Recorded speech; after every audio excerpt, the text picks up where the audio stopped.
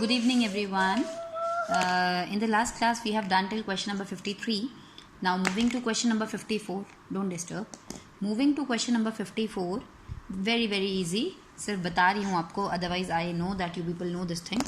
X and Y. Yes, X and Y are two partners, 2:1. Z is admitted for 1/3 share. जिस दिन Z का admission होता है उस दिन जनरल रिजर्व पड़ा हुआ है P&L अकाउंट में. क्रेडिट बैलेंस का मतलब होता है प्रॉफिट. ठीक है, आपको बोला जा रहा है एंट्रीज बनाइए. सिंपल सी बात है, जनरल रिजर्व भी एक्स और वाई ने ही कमाया था. P&L में चाहे प्रॉफिट है चाहे लॉस है वो भी एक्स और वाई का ही था. तो डेफिनेटली जेड के आने से पहले हमेशा ध्यान रखना, एडमिशन में नए पार्टनर के आने से पहले पुराना जो भी कमाया हुआ है एक्स और वाई अपने पुराने रेशो में खा पी के ख़त्म करेंगे. तो जनरल रिजर्व आप एक्स और वाई को दे रहे हो, डेफिनेटली उनकी कैपिटल क्या हो रही है, क्रेडिट इंक्रीज हो रही है. जनरल रिजर्व P&L दोनों ही चीज़ें उन दोनों को बांट रहे हो तो अलग अलग बना लो, एक बना लो, बात एक ही, मैंने एक ही बना लिया. General reserve debit 2.5 lakh, P&L account debit 50,000. ये दोनों का पैसा एक्स और वाई को दे दीजिए. किस रेशो में, जिस रेशो में वो शेयर करते थे 2:1.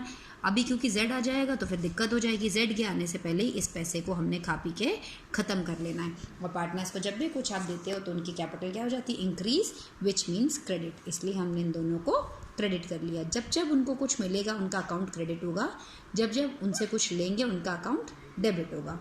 55th क्वेश्चन में देखो, सेम जनरल रिजर्व में भी वैसा पड़ा है, लेकिन इस बार P&L का डेबिट बैलेंस है.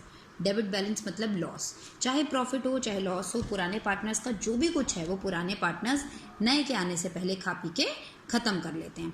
55 में भी यही. चलो जनरल रिजर्व खा लेते हैं. जनरल रिजर्व को दोनों में बांट दिया ओल्ड रेशियो में 3:2 में. इसी तरह P&L लॉस, डेबिट बैलेंस का मतलब होता है लॉस. अगर लॉस आप उनको बांटोगे तो उनकी कैपिटल क्या होगी, डिक्रीज होगी. और डिक्रीज का मतलब पार्टनर की कैपिटल डेबिट होगी. तो उसके लिए क्या एंट्री बनेगी, X debit Y debit to P&L. Okay बेटा, समझ आई. जब भी पार्टनर्स को कुछ बांटेंगे तो उनका अकाउंट क्रेडिट करेंगे, जब भी पार्टनर से आप कुछ लेंगे उनका अकाउंट डेबिट करेंगे. इसके बाद क्वेश्चन नंबर 56 में अगर मैं देखूं तो मेरे पास 3 चीज़ें पार्टनर्स ने कमा के रखी हुई. लाइबिलिटी साइड में देखिए, आपको पता है ना लाइबिलिटी साइड में जो दिया वो आपके प्रॉफिट्स आइटम होते हैं, यानी कि आपने वो कमा के रखे. और एसेट साइड यानी कि डेबिट बैलेंस लॉसेज होते हैं. ठीक है, इन्होंने जनरल रिजर्व कमा के रखा. कॉन्टीजेंसी रिजर्व क्या होता है, कॉन्टीजेंसी मतलब इमरजेंसी के लिए कुछ रिजर्व रखा था. और P&L में भी इनका पैसा पड़ा हुआ है. ये तीनों ही पैसे इनके पास पड़े हुए हैं. तो नए पार्टनर के आने से पहले ये तीनों को इन तीनों में बांट देंगे. लिखो GR account debit, contingency reserve account debit, P&L account debit, 2x 2y 2z. और वो कितना है, रेशो कितना है, ओल्ड रेशो 5:3:2. इसी तरह एडवर्टीजमेंट सस्पेंस अकाउंट का लॉस भी पड़ा हुआ है 24,000 रुपये का. तो लॉस की वजह से पार्टनर्स की कैपिटल क्या हो जाती है, कम हो जाती है. एक्स और वाई को कम कर देंगे, डेबिट कर देंगे. और यहाँ पे क्या लिख देंगे, टू एडवर्टीजमेंट सस्पेंस. पूरा लिखना आप लोग, ADVSUS, एडवर्टीजमेंट सस्पेंस. कौन सी रेशो में, उनकी ओल्ड रेशो में. XYZ debit to advertisement suspense. Okay, मतलब सिंपल. आपको ये बात समझ आ रही है ना. नए पार्टनर के आने से पहले जब भी कुछ भी पड़ा हो, चाहे प्रॉफिट्स हो चाहे लॉसेज हो, आपने पुराने पार्टनर्स को डिस्ट्रीब्यूट कर देना है. अगर कुछ प्रॉफिट डिस्ट्रीब्यूट कर रहे हो तो पार्टनर्स क्रेडिट हो जाएंगे. अगर कोई लॉसेज डिस्ट्रीब्यूट कर रहे हो तो पार्टनर्स डेबिट हो जाएंगे. क्योंकि आपको पता है ये पार्टनर्स कैपिटल अकाउंट जब क्रेडिट कब होते हैं, जब उनकी कैपिटल बढ़ती है. अब देखिए पॉइंट नंबर बी. ठीक है, क्वेश्चन नंबर 56 का पॉइंट नंबर बी सेम वही चीज़ है. वर्कमैन कंपनसेशन रिजर्व बना के रखा था जी पार्टनर्स ने 72,000 का. ठीक है, और जब Z आने वाला था उस टाइम पे चेक किया तो किसी वर्कर ने कोई क्लेम.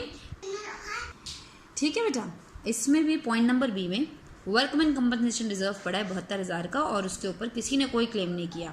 Z के आने से पहले वो रिजर्व भी भाई एक्स और वाई ने बनाया था तो उसको भी हम खा पी के ख़त्म कर लेंगे. अगेन एक्स और वाई को कुछ मिल रहा है तो WCR debit 2x 2y, definitely कौन सी रेशो में, ओल्ड रेशो में. ओके, ये सारी चीज़ें आपने ऑलरेडी जर्नल एंट्री से पढ़ी हुई हैं.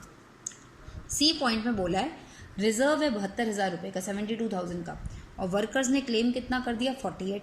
फिर भी तो कुछ पैसा बचता ही है ना. तो WCR था 72 का, 72 लिखेंगे. क्लेम कितने का हो गया, रिजर्व में से इतना पैसा तो क्लेम के लिए निकल गया.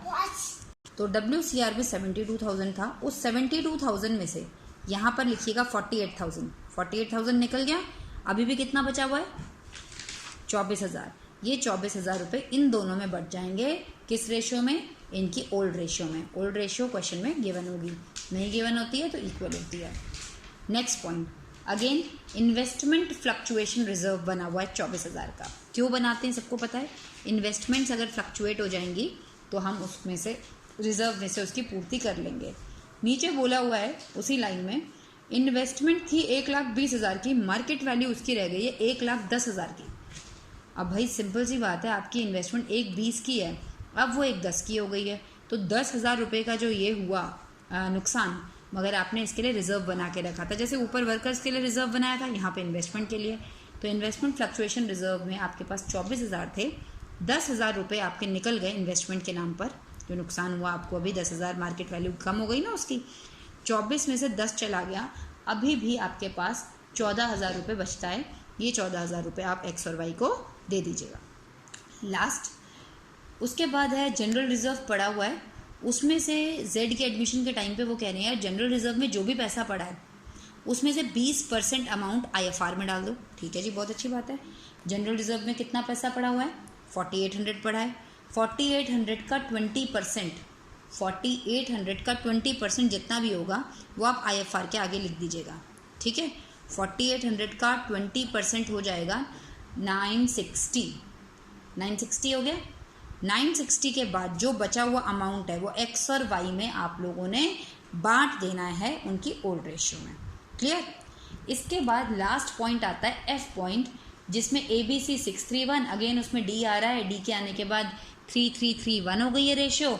उसके बाद वो क्वेश्चन में कह रहे हैं कि हम ना क्वेश्चन में कह रहे हैं they also decide to record the effect of the following without affecting their book values.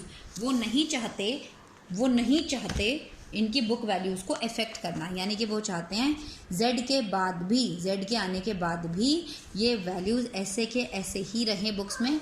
अभी तक तो आपने ऊपर जितने क्वेश्चन किए आपने उसके आने से पहले सारी चीज़ें आपस में खा पी के ख़त्म कर ली, लेकिन इस क्वेश्चन में वो कह रहे हैं without affecting their book value. इसका मतलब होता है इनको खा पी के मत ख़त्म करिए।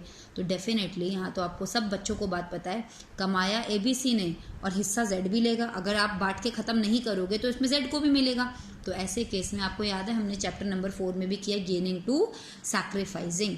सबसे पहले आप सैक्रिफाइसिंग रेशियो निकालिए ओल्ड माइनस न्यू करके, सबकी ए की ओल्ड माइनस न्यू, बी की भी ओल्ड माइनस न्यू, सी की भी ओल्ड माइनस न्यू, डी तो ओल्ड माइनस न्यू क्या करोगे, ओल्ड 0 था और न्यू उसका कितना है तो वो तो नेगेटिव में ही आएगा। तो यानी कि डी तो गेन कर ही रहा है लेकिन साथ में और कोई गेन तो नहीं कर रहा, ये देख लेना।